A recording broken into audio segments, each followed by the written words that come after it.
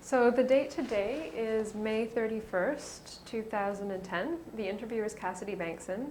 We're here in the Oral History office at Pier 21, and I'm going to be interviewing Giuseppe Gioia. I'm starting getting your name confused with your grandfather, Giuseppe Gioia, and we're accompanied by Mr. Dave LeDrew, who set up this interview today.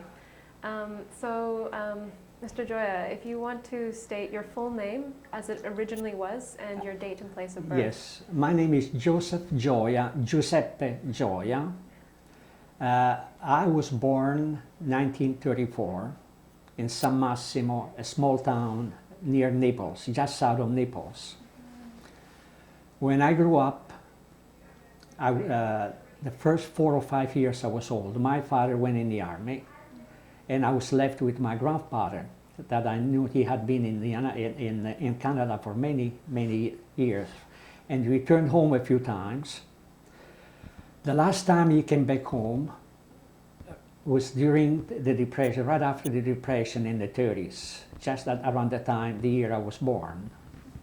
And I grew up with him because my dad went in the army, the Second World War. And when we returned from the army, I was just about 13 years old. So most of my life I lived with my grandson. My grandfather, Joseph Micone, was the dad of my mom, my mother. In 1952, when we decided, my dad came in 1951. And in 1952, I came with my sister, Lena, to Toronto, but my mother decided to remain in Italy because my grandfather had looked after us all the years, supported us because my dad was away, so we felt that we should not leave him alone. And at that time, my grandfather that came here in 1983,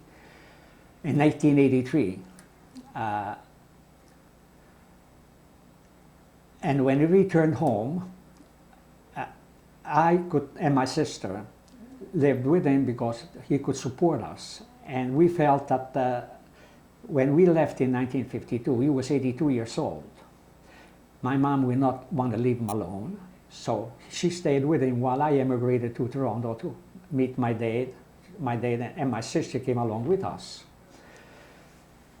with the hope, not that I wanted my grandfather to pass away, but at 82, the average at the time was maybe 78, 79, the lifespan. So maybe 4 or 5 years she'll pass away and she'll join us. But it didn't happen, because it was 97 when he passed away in 1967. By then, my mother became an older lady. She came here in 1967.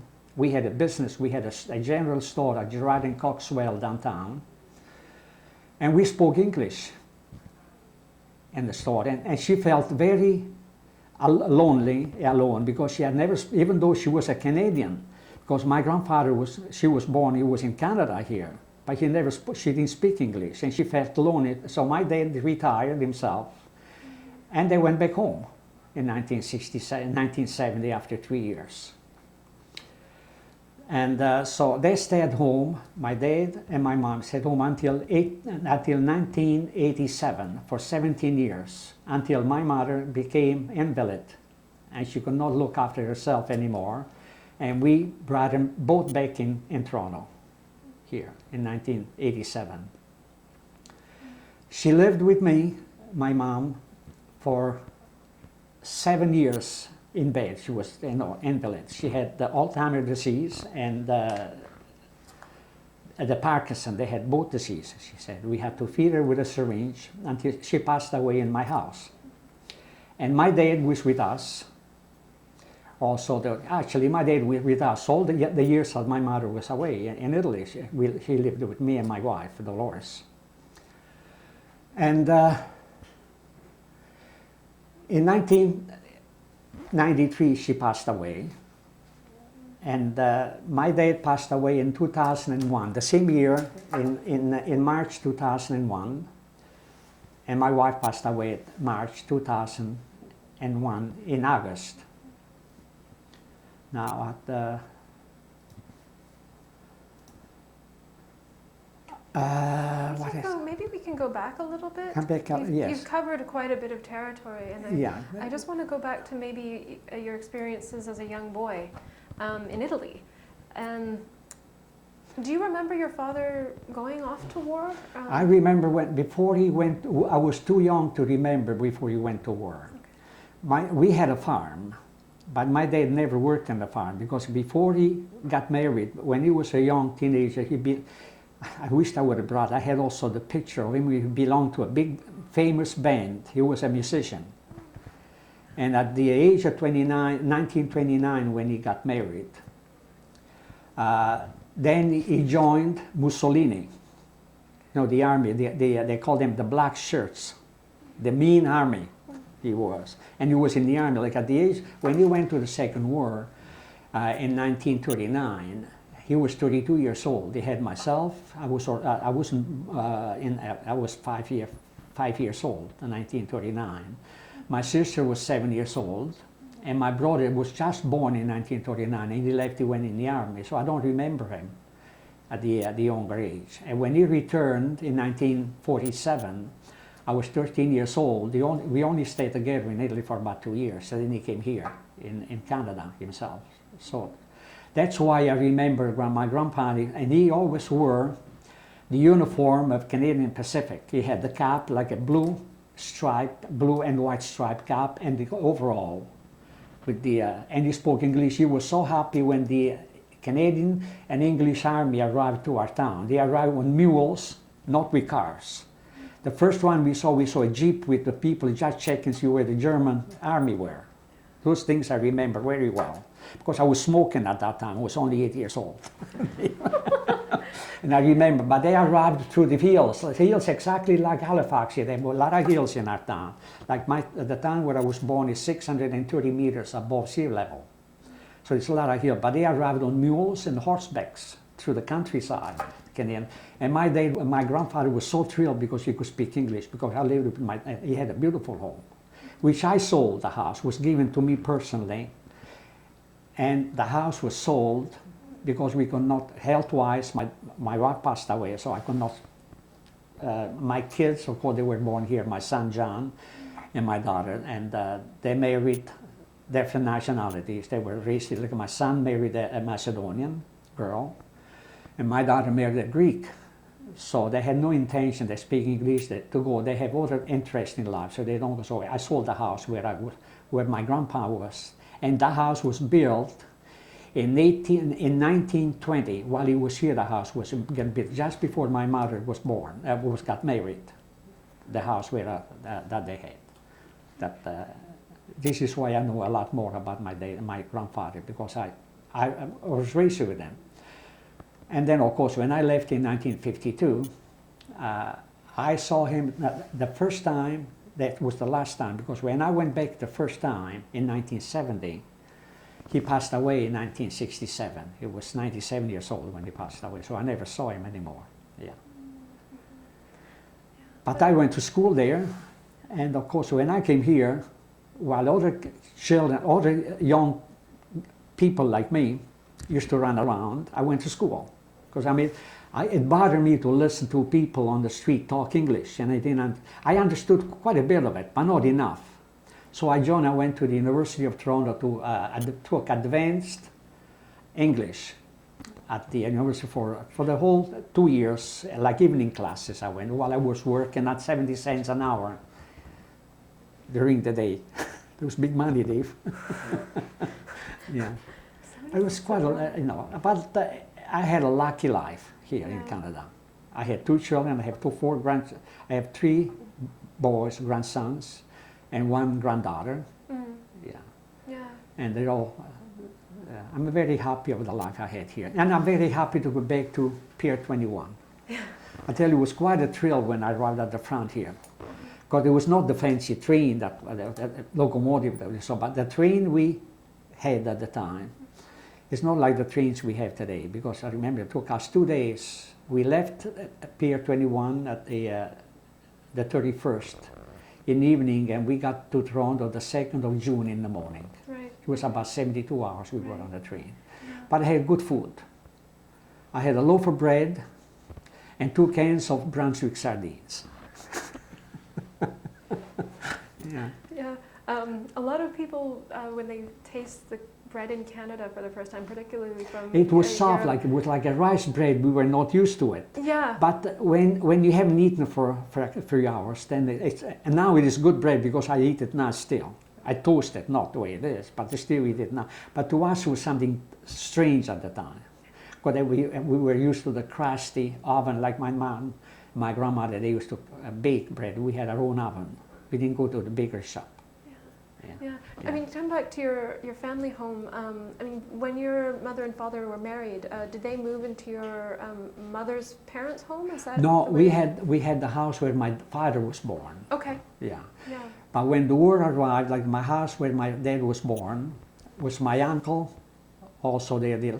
We had the house was like, if you have townhouse, you had like 5 or 6 different. Where we had my uncle lived in one house, my aunt lived in another house, and of course when my father went in the army, my mom was left with 3 children there. My uncle had another 2 children. Then I had an aunt that her husband left her. He got lost, never heard of him, in Argentina, and she had a daughter, which is the only daughter to me. One of my dad's sister that was in Italy that I have been visiting the last 25 years or so. Every year I have been going until 2 years ago. That's when she passed away. Okay. And since then I haven't gone back because all the relatives we have in Italy, they're all left the small town. Like here, the same way they all went to the big, all over the world. They're in North Italy, and there's nobody in the town that I can go and. I don't know anyone. In San anymore. Massimo. Yeah, but. Yeah. And sorry, so you had your uncle and aunt also living in the same house that your. They all lived. That's why when we Yeah. lived all together. Remember when we had dinner at night, between my aunt, her daughter, I had an aunt, my wife, my dad had a sister, also invalid. We were always 16, 17 people at the table, and of course then it became very hard for us to be there during the war. That's when Grandpa Giuseppe Gioia decided that we should go and his daughter to go and live with him, and we moved in 1943, 44. Okay. Just during the war, we moved into the town where he lived, and we stayed with him until we came to Canada. If I may, what type of work did your mother do during the war? She was just. We had a small farm. And she used to hire maybe 4 or 5 men, 2 or 3 women that needed to have a daily job, like part-time job, and used to go and work. And she used to prepare breakfast or dinner, and used to bring them a big, basket on her head, and bring breakfast in the morning. And I remember my sister used to be the water girl. She used to go to a well, get maybe fresh water to them, and she would just look and nothing else. But my grandfather was not wealthy, but the earnings he had made, it was enough that he could retire and living fairly well. That's why we had a good life with him. We didn't suffer. We were with him. And like I said, and actually, that's when I was smoking too. You know what he said to my grandmother once? How did you come across your first cigarettes? I tell you what, they used to call the Rooster brand cigars, like those really strong cigar in a big box. It was 12 in the box. And of course I could not take a cigar, then you knew I had stolen them. But I used to trim a little piece on each end with a sharp knife and make a cigarette. And of course I didn't have any, and the next day I take a little bit more. Okay? And all of a sudden my grandfather said to his wife, my grandma, says, "What happened to these cigars? They're getting shorter all the time." They're getting shorter and shorter. That's what. But I was smoking when the German army, before the American came to us, like in 1941, and then I stopped smoking because I haven't smoked in 40 years. Yeah. I haven't smoked, but I used to smoke. What was the appeal? No, just curiosity. I saw somebody else smoke. Like, what would children do right now? They do the same thing. They see things and they do it. Yeah, I used to do the same thing. Yeah. What do you remember of the German army coming in? What do you remember of the German army coming into your town? They had to eat, so they were not as wealthy. Like when the war during the Second World War, they were trying to conquer Europe.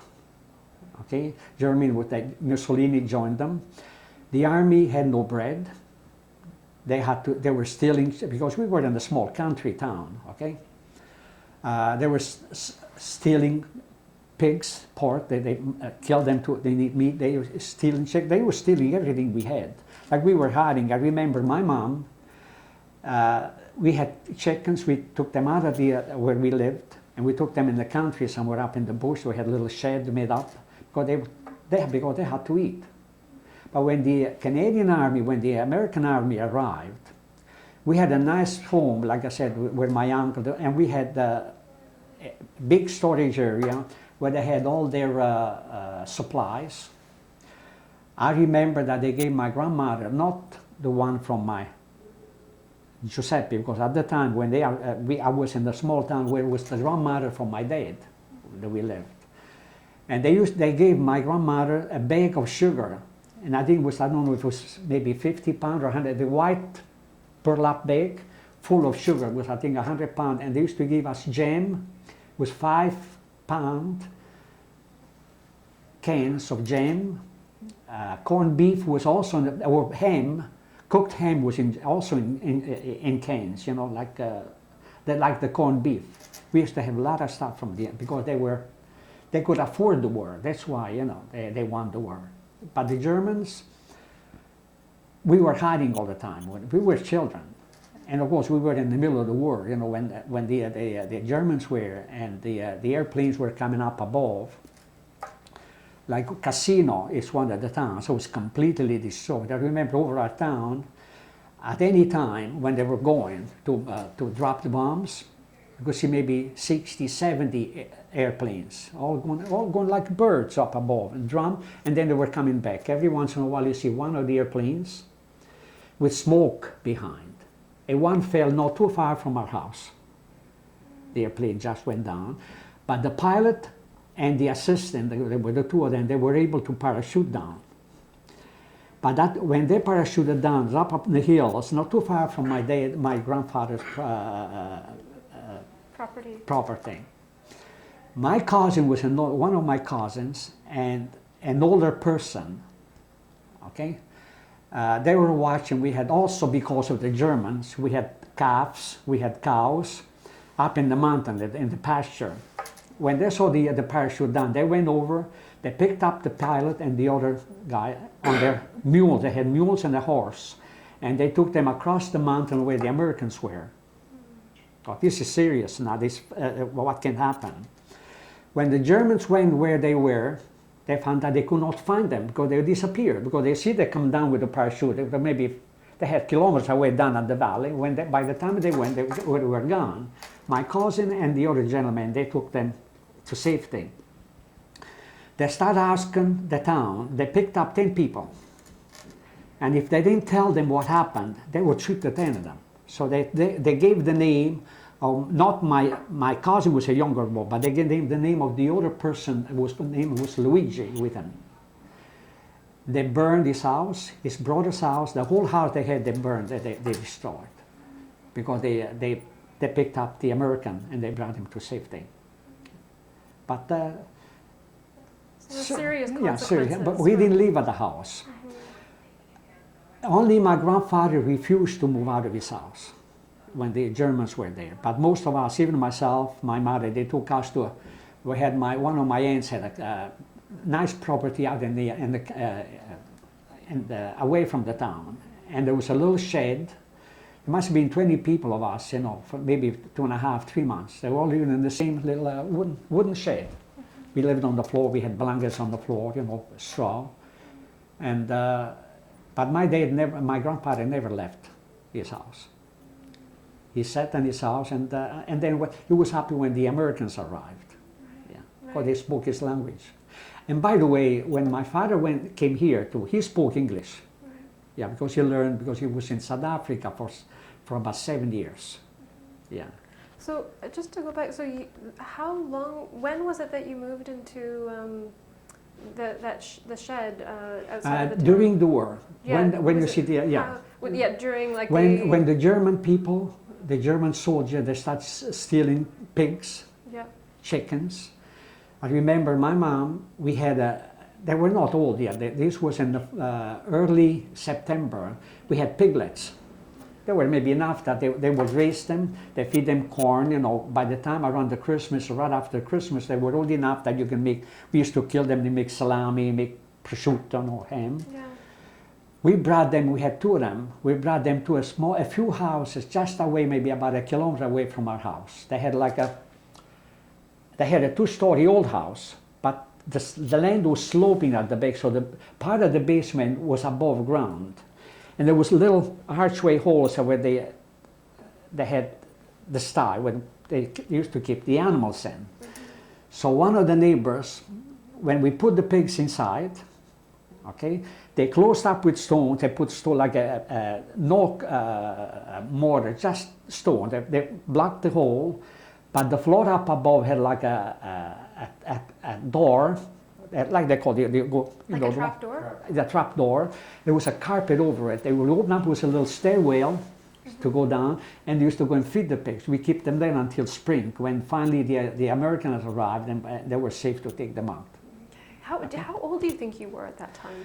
1943, So 44, 9, 10 years 10 old. years That's why I remember. Yeah. But when my dad was home, before he joined the army in 1930, because my brother was born in 1939, you know, in 1930, before that, because my younger brother was born while my father was away in the army in 1930, and he had left. Mm-hmm. So I was at about 13, no, 6, 1934, 6, 8, 9 years old, 9 years old, almost. 1942, 43, Yeah. that was the time. That's when the Canadian, that's when the Americans arrived. The Italian campaign began. Yeah.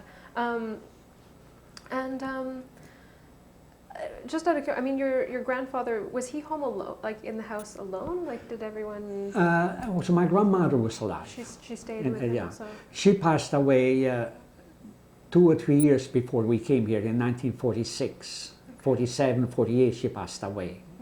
That's why he was left, when he was left alone, and we decided, my dad came over. Actually, we had two options. Mm-hmm. In 1951, when we came here, the gentleman, because when my father was taken prisoner from the English people in Alexandria, they had two options, either to go to the concentration camp until the end of the war, mm-hmm. or pick, it was a farm that they could go to work in Johannesburg in South Africa. So my dad and 4 or 5 of his friends that were all in the army together, they decided to go to the farm.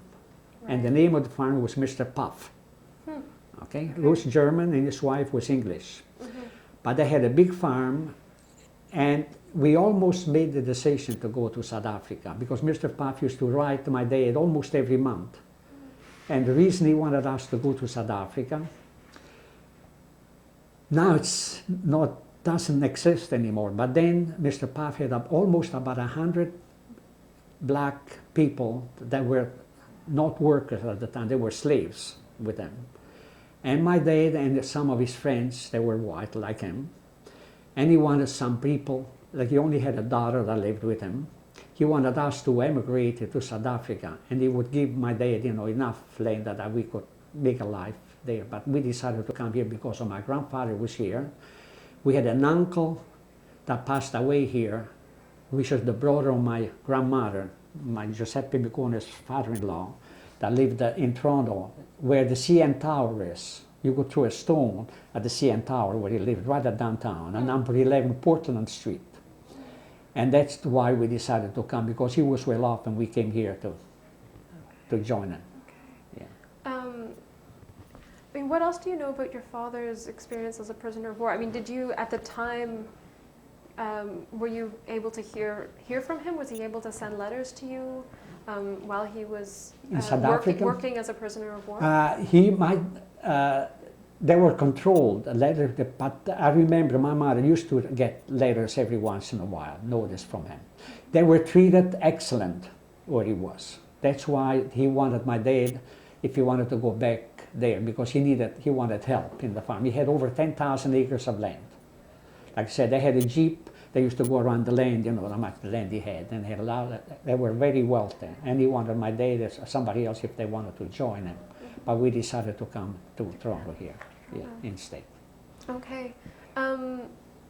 When your father returned back home at 1947, and what did he resume doing in Italy? Very little. Yeah. We could do very little. We still had the farm. Instead of having the workers, he could do some of the work, even though he hadn't been down for a long time. But he could do a little bit, but we had helps. Then at that time also we had my uncle that he had not gone in, was the only uncle, because all the others were away, was the only uncle back still in Italy. And when he came, I remember they went to one of the flea market, not the flea market, what they call where they sell animals. What they call? Stockyard. Stockyard. And they bought 2 small calves. Okay? This was in 1948, I think. And in 1951, just before my dad came, one of the lightning in the mountain, because we used to send like a co-op. If you had 2 cows, 1 cow, somebody had 5 or 6, they used to bring them in the mountain like all together. And one of the lightning killed one of the cows we had. The one that was alive was enough that my dad not even actually, they had to borrow some money to pay for the trip, for the ticket to come over here. But they did very little, because it was only 2 or 3 years, about 2.5 years that he was in Italy. But that's all he could do. But before he went in the army, and I know that he was always with a band for many, many years. Yeah. And it was, And did he continue playing once he returned home? Did he continue playing? When he came home, in South Africa, while he was there, he built a mandolin, the one, the play, yes. The one with, not the guitar flat, with the round. Round at the back. Yeah. Was built with like some kind like crazy glue, good glue. Was built with wooden matches. Understand how it was built? With wooden matches, the square little matches. He made a big globe at the back, and was all varnished afterwards. Goodness, that would be some kind of undertaking. Yeah. Yeah. And he could play the banjo. He could play the banjo. Like he would have just fit at the Red Fox we were last night. Well, that's part of the culture area. Culture area. Yeah. Yeah. So, he was a performer of sorts. He played string instruments. Oh yeah, he could play. He could play. Yeah. And he played not by ear. He played music. No, he could read the music. He played written music. Well, I had the picture I have at home with the band. The picture was taken in front of the Petrocelli, it's called, one of the famous theater homes in Bari, South Italy. And they were playing L'Aida, one of the operas. And I have the picture. And he was playing the solo, the trumpet. He was playing. I have that picture. I wish I would have taken the picture. I could have made a picture of him. It's extremely versatile, I see. Yeah. Yes. Yeah. So there was those 2.5 years that between when your father arrived and when he decided to go to Canada. Do you remember at what point the discussions I remember very began? well. Yeah, it was a very like when he arrived. Now we go back to smoking again. When I arrived, he knew that I was smoking. Okay, he gave me a package of cigarettes, 20 cigarettes, a small package, and says, "No, you smoke. This is a package of cigarette, but don't let me see you smoke." He said. Just, I cannot stop you, he said, but don't let me see you smoke. And I have never heard him say a bad word. He was very strict, but every time he said no to either me or my sister, he always said why it was no. Again, made us sure that we believed that if he said no, it meant no because of a reason. And we agreed with him. He lived with us, with me and my wife. We got married in 1957. With my wife, and he lived with us all these years because my mother wasn't here. And he was a perfect gentleman. Even though certain things he didn't agree with him, But when you reach a certain age yourself, then you agree. The ones that don't agree with us anymore are the ones behind us that they were just. And one day they will agree too. Get the idea? Yeah, interesting concept of intergenerational thought patterns. Sorry, when the discussion came up to go to Canada, do you know how that came about?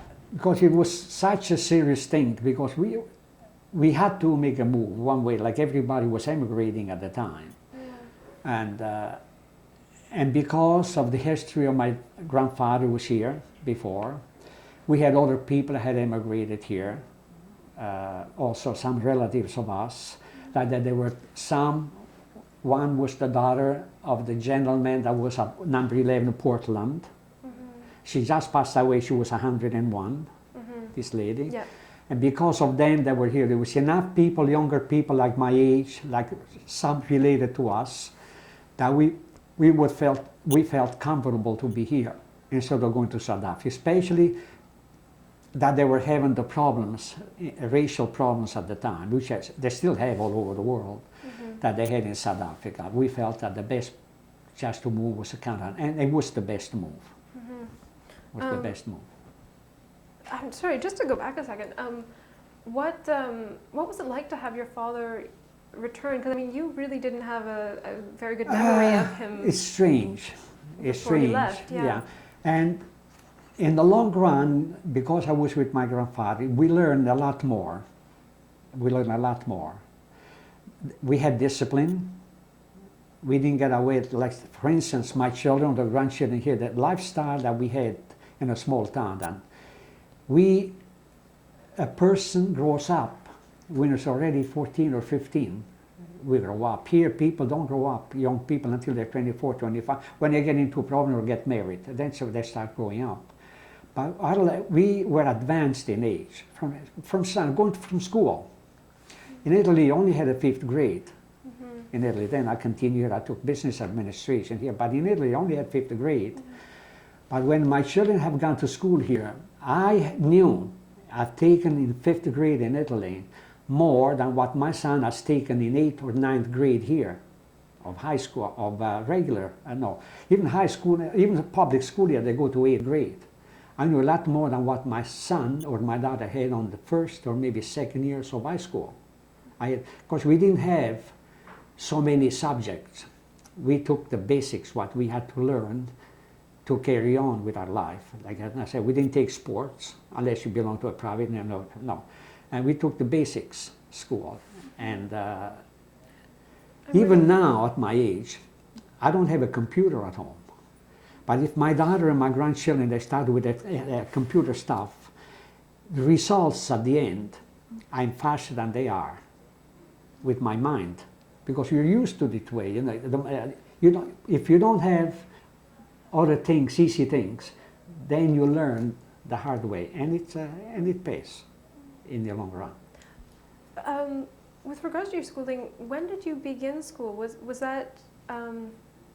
your schooling interrupted by the war?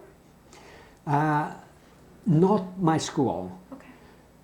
Because I started in grade 6. Okay. I went 2 or 3 years in school. Then 1 year was interrupted. 6 years of age? 6 years of age we started first, not 5 years. We had no preschool. Yeah. When I had grade 3, because in a small town, nothing else you can do. What could I do? So when I was grade 3 and I was passing, I don't want to brag about it, but if you love things, you learn. Grade 3, I remember my mom had to bring like little gift, like it was a custom there, like bring maybe some cheese or maybe a couple of something to the teacher to beg her to make me repeat grade 3 because we could not afford to go from our small town. We had no high school in a small town. We had to go to a bigger town about 6 or 7 kilometers away. Then you need a bike, you need a responsibility, you need good clothes to go to. So she felt I was too young to get out of school, So she made me repeat grade 3, okay? Then I went to grade 4. We changed to another teacher because the school's facility, they were renting. We didn't have a school. They were renting small houses, you know. In our private home, they had school because it was a small town, not too many children. In 1947, when my dad came out, of course, by then I'm 13 years old. I was still too young to get out of school, even though I had repeated, and I didn't want to repeat because I felt that people would maybe gossip behind your back that, oh, you're still in school. My dad insisted, because I could not go to high school, like my younger brother then, because my dad came home, my younger brother continued to go to high school and went to university. He went to the University of Toronto, St. Michael University in Toronto when we came here. But he insisted I should repeat grade 5 and the second year again. So I went 7 years to school, but I had grade 3 twice and grade 5 twice. So I could stay in school a little longer. And this is the part, you know. But in the long run, it paid off. I didn't regret it. Yeah. Because it was no other thing. The first time I went to work was here. When I arrived here, my first job was at DNC Toys, was called up downtown, that I went to work during the day. And at night, I went to school for about 3 years. Right. Yeah. Yeah. But my brother went to high school there. Then he continued here. And he had his BA, master degree, and PhD. He was one of the big wheels at the Ontario Ministry of Education came. Okay. Yeah. But I took business school. We opened up a business, and I opened up a real estate office. Yeah. I did pretty good. Sorry, I didn't catch your brother's name. Cam, C-A-M, Camillo, but in short it was C-A-M. Okay. Yeah. Okay. And my sister's name was Michelina, like we used to call her Lina. Right. Yeah. Because She was 2 years. She was born 1932, and my brother was born 1939. And now your mother's name again? Addolorata, Dolores. Maria Addolorata, like the name of the saint, like Maria Addolorata. Okay. Bicone was her name. Yeah. And what was your father's name? Orazio. O-R-A-Z-I-O. Used to call him Andy. Yeah. Andy? Andy. Okay.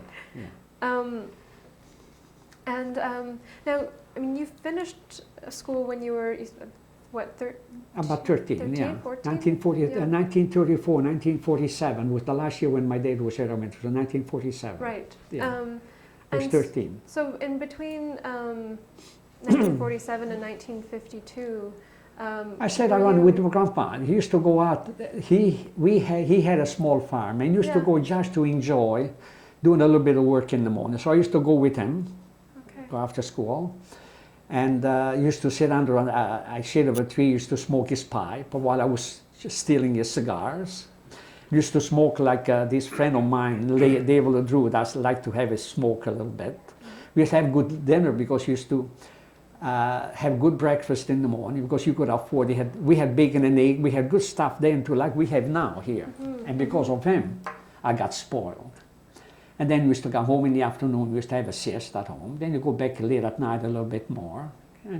But my first work actually was here because when my mom, I remember very vaguely, when my mother had these people working, I used to go with my sister. I was small, and I used to go. They had to empty, like I had a bucket of water, sometimes it was warm, and they kept that under the shade for the ladies that were working. And my mother used to tell me, Giuseppe, go for water again. And the well was maybe half a kilometer away.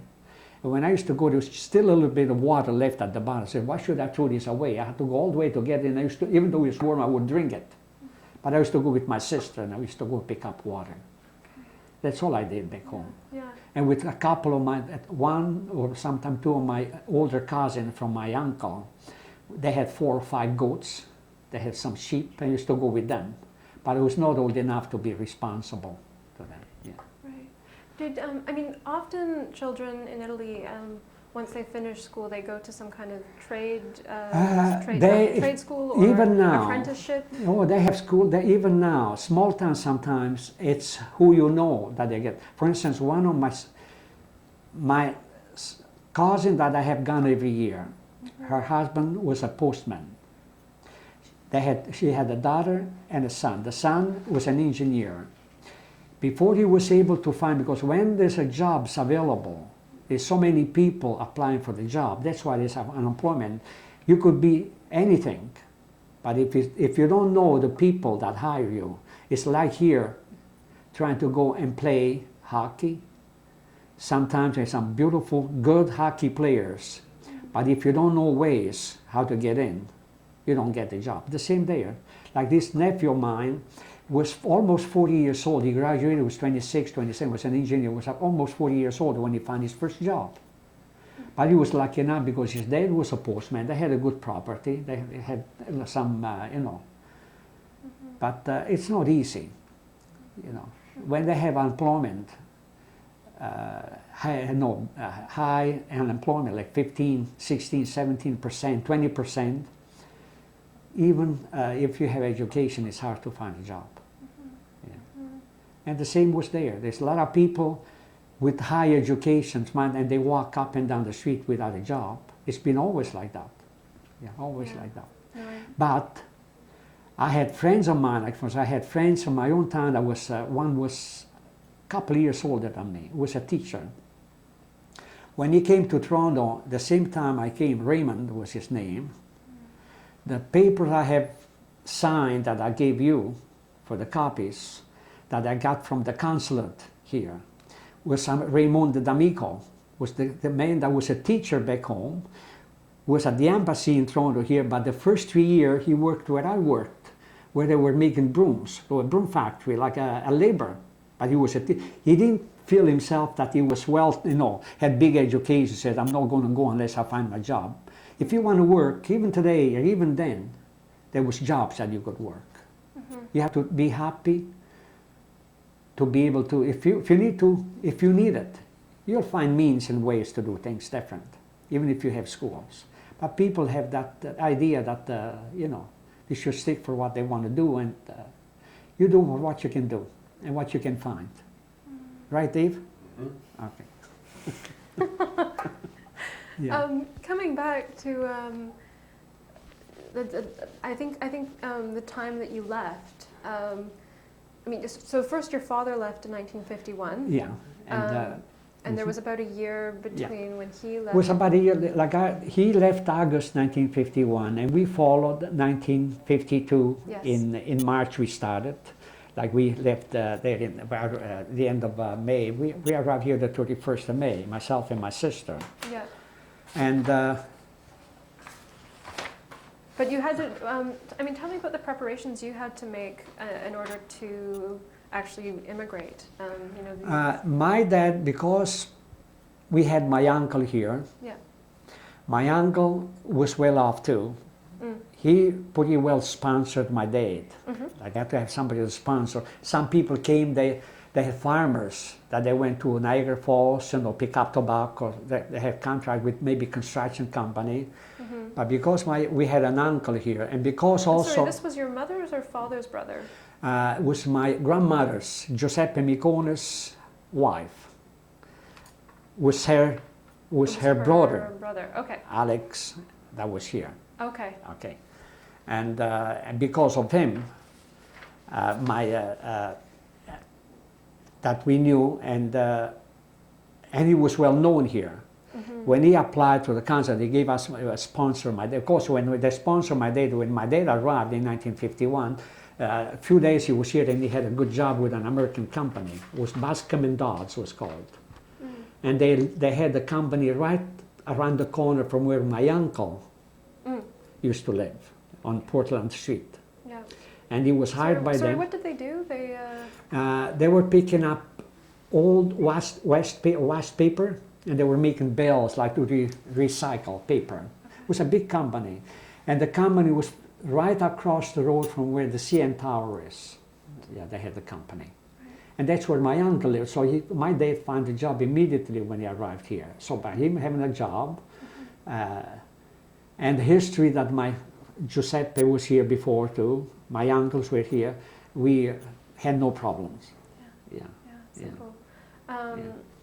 And you know why they have also no problem? Because I never collected unemployment insurance, I never collected anything else, and I never punched a card, you know, to go to work. I was always self-employed, and always for myself. So they made a good thing, and to be honest with you, they owe me a lot more than they give me, than they owe them. But I enjoyed my life here. It was okay. Yeah, but Yeah. in terms of like medical examinations and... Yeah, we had all that done in Italy. Yes. Yeah, to go. That's why I had one of them was the vaccination. Yeah. We I had think to it have was X-rays. It was we in had March to, of 52. yeah, in March, Yeah, you and had your 3 or 4 months examination. before we were finally accepted. You have to go to the procedure. Actually, they were a lot stricter than they are now. All the things that we have to go through. And then, of course, the final trip was to see the consulate in Rome, and we got the visa to come. And that's when we bought the ticket in March sometimes. Right. Yeah. Right. And in terms of the actual departure from Italy, It was, you recount for me those that things day? you don't forget was exactly, if I went back to Italy, to Naples, Yeah. where we went on the Conde Biancamano, when the ship left, was a song that was in San Remo, where they, where they sing the prize, or where the songs that they win big, big records, where they sing in San Remo. The lady that sang one song, the whole ship, the whole people on the ship were on deck singing that song. Okay, Vola Colomba is the name of the song, which fly like the what do you call the name of the fancy name for the pigeons? The paloma. What's the name of the bird? I don't know what a fancy... There's mourning doves. Pigeons. Yeah. Like the ones that sometimes they use also, that they bring messages. What they call the bird that? Oh. Homing pigeon? Homing pigeon. Dog? The dove. The dove. Okay. Yeah, the paloma, it's the dove. Vola Colomba. It means that follow the sea with us. It was a beautiful song. It won the prize in 1952. And that's when everybody sang on the ship. But I think when you're young, we met some lot of people my age on the ship, which we kept in touch for many, many years after. Some went in Windsor. As a matter of fact, when we arrived here at Pier 21, one of the girls was sick, had seasick. So we were trying to help her. It was a group of us together. And this gentleman, I think he was also Italian, with the two-wheeler, was helping people take luggages out of the port near the train. Asked us if we needed any help. And of course, he said, we haven't passed the inspection yet, because they want to find out if you have salami, things that were against it, things that you cannot bring, forbidden to take across because of diseases, seeds. And he said, no, you haven't passed inspections. It's okay, he says, I'll make sure you don't need to, he said. He went over one of the table, took a chalk, because all the luggage had been inspected by the custom. They all had a mark that they had been checked. So he did the same thing on all of us. It was about 15 of us. So he took all the stuff out. We were never checked. And were you carrying things that would have been taken away and from I you? tell you what, even if they did check, Yeah. there was absolutely no such thing as now that they have drugs, they have stuff. Yeah. It was all people from the same old town. And Yeah. the only thing that we had a good time was that the young man that was with us went to New York, from New York went to Italy, went to meet this girl like they used to do, and they were getting married. So he was coming back, and I had to send for her, like the application, it's found that I was going to marry her. And he was bringing with him about this little small, they call salami, like soppressata, homemade salami. And on the ship, we thought, no way you can pass them, because they were very, very strict to pass them. So he was about the same age, a little older than myself, and a couple more. So at night, when we were playing cards, I was like a 691 was the cabin where I had my bunk bed. We used to play cards until 12:30, 1 o'clock at night, And we ate all his salami because we convinced him that you cannot take them through the customs. We used to bring bread, from the supper at night, from the table, that you could have snacks late. So when we arrived and he found out that he was also with the group, that he was not checked, he felt so bad, because if we would have known, we wouldn't have eaten all this salami. Yeah. Made it so much more Yeah, anyway, tricky. But I mean, you had mentioned earlier that it was, I mean, very pleasant. I mean, rather cruise-like. Yeah, it was absolutely good. It was actually the Conte Biancaman was a big luxury ship at the time. But the advantage we had, big advantage, some of the younger boys with healthy, like for instance, in the table where I was sitting, the table we were assigned on the ship, it was a round table, like if you go to a banquet hall. They said about, I think it was 10 or 12, big table. Even if it was only one person sitting at the table, of course, the waiter and the kitchen did not know. When they set the table, they set all the table. They brought maybe beef, roast beef, whatever, spaghetti, whatever they served. They would set 10 dishes there, all full. Now they could have used their mind. If somebody's sick is sitting in the cabin, maybe not feeling well, not coming, showing up. But some of us who had good appetite, and the wine, of course, they had every table had 2 or 3 those big, straw, like big bottles, like 1.5 liters or something. We also end up with 1 of those or 2 in the cabin for the night when we were eating salami from and playing cards. So the food was good, and the trip was absolutely, the month we came across the Atlantic was, 11 days was it's a long trip. We had a good time. The same as I can have now with Ledru in Halifax, driving around. We can have a good time. Mm-hmm. Yeah. And I think he agrees. He's sitting quietly here right across from me. Yeah. Being a good observer. Yeah. Yes. But and then tell me, I mean, did you have any other memories of the pier? You talked about your luggage, but oh yeah, at the end it became a big joke when we got on the train. Right. We got the gentleman that didn't get on our train because of course he went to a different direction because he went to New York State. But some of us that ate his salami, he had about 12 or 13 of them, about a pound each, maybe more, and a nice salami. They were good. Especially when you're young, the appetite is good. Especially coming back from Halifax to Toronto with a couple of cans of Brunswick sardines. The salamis were a lot better on the ship. But it paid anyways. It's things that you remember and good things to remember, yeah. Yeah. Good things. Now, I mean, to what degree going through immigration and whatnot, I mean, they didn't have a lot of translators on No, site. we didn't, because they had enough available. Yeah. Like myself, through my sister, we could pretty well handle ourselves, because my cousin in Italy, he was a teacher. Yeah. And he was teaching, in high school, he was teaching English, because he knew that we made the decision the last year or so to come when my dad came. He used to give me a few lessons, a little bit. And then, of course, with my dad, with my grandfather. I picked up quite a bit. And then when I came here, when we went to, myself and an older cousin of mine, when we applied for this summer school that we had to take. This is at University of Toronto. For them to decide on what class to place us, they gave us forms to fill. And we were placed in the class according to how far we went into they had about 14 or 15 different pages. They could tell where they could place us.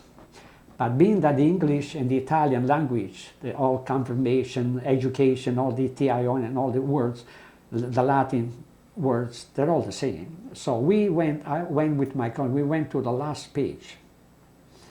So when we went to the first class at school, they spoke English. They were all older people. I was, like I said, 18, not even 18. But I had gentlemen, ladies, with professionals, like they already had maybe doctors, engineers. They just wanted to perfect their English here, but they already spoke English. I was lost in the class, but I said to myself, I'm not going to fail. So at the end of the summer, when the school was over, I passed with the highest honors, and I wished I had the thing with me, because my son has it in Dubai, because he works in Dubai, so I don't have those information with me. I pass. When you make up your mind that you want to do things, you do it. Yeah, and that's the school. Yeah, that's no small feat to get to that level. And then I went to Western. There was a school that I went to, got some courses for business administration. Right. Was this immediately after you arrived? The following year. Okay. The following year. The first year I took advanced English, but then it was the following And year. you were working at the toy? C&D Toys. C&D Toys. So you was that a factory? Factory. I was a specialist. Mm-hmm. See, when they were doing like all the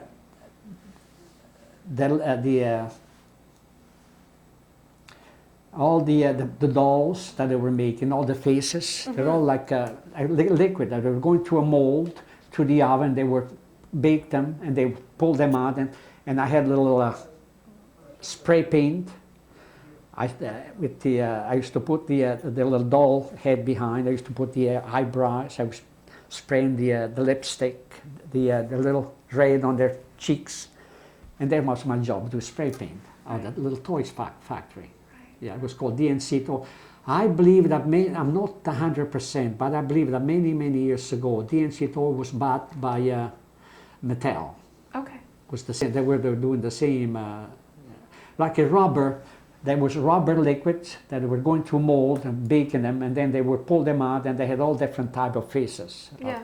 And I was doing the painting stuff. Right. And how long did you work at DNC Toys? Short time. I worked there maybe 5 or 6 months. Okay. Yeah. Yeah.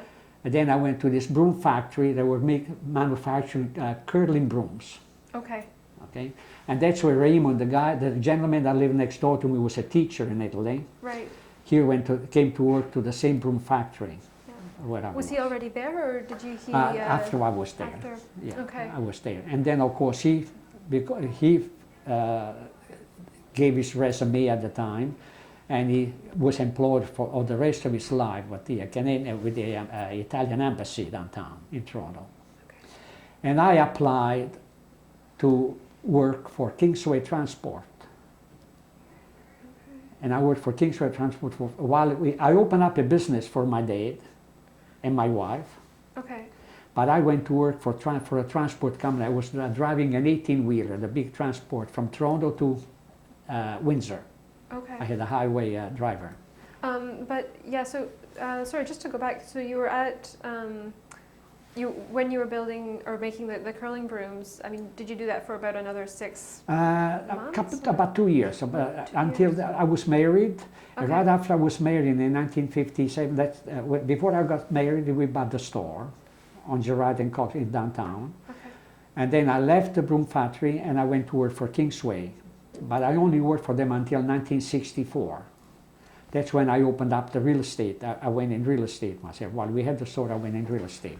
Okay. And I retired in 1988 for real estate. I was about 24 years in real estate. And sorry, where in there did you have a chance to go to business school? Right? Where in there did you have a chance to go to business school? It was nice. It was night school? Night school, oh yeah, Okay. it was night school. So was that while you were still working? At the time I went there, I was still with the broom factory. Broom factory. Because I could not go, when I started to drive, my driving was night, evenings. I was going from Toronto to Windsor, it was evening driving 4 times a week, so then I had no time anymore. But by then, we already had opened up the store. And what type of store was it? It was a gift, like a general store. Gift, we had all, we had Royal Dalton, Royal Albert, cups, saucer, toys, watches, records, magazines, and we also had a line of freezers, like, prepared foods, Yeah. milk, pop, cigarettes, Yeah. tobacco. We had like a good general store, and we had it for quite a few years. When my dad retired, we had the store, and he retired early enough because my mom was still back home and my grandfather was still alive. He decided to go back there also 2 or 3 years. In 1965, he went back home for 2 years.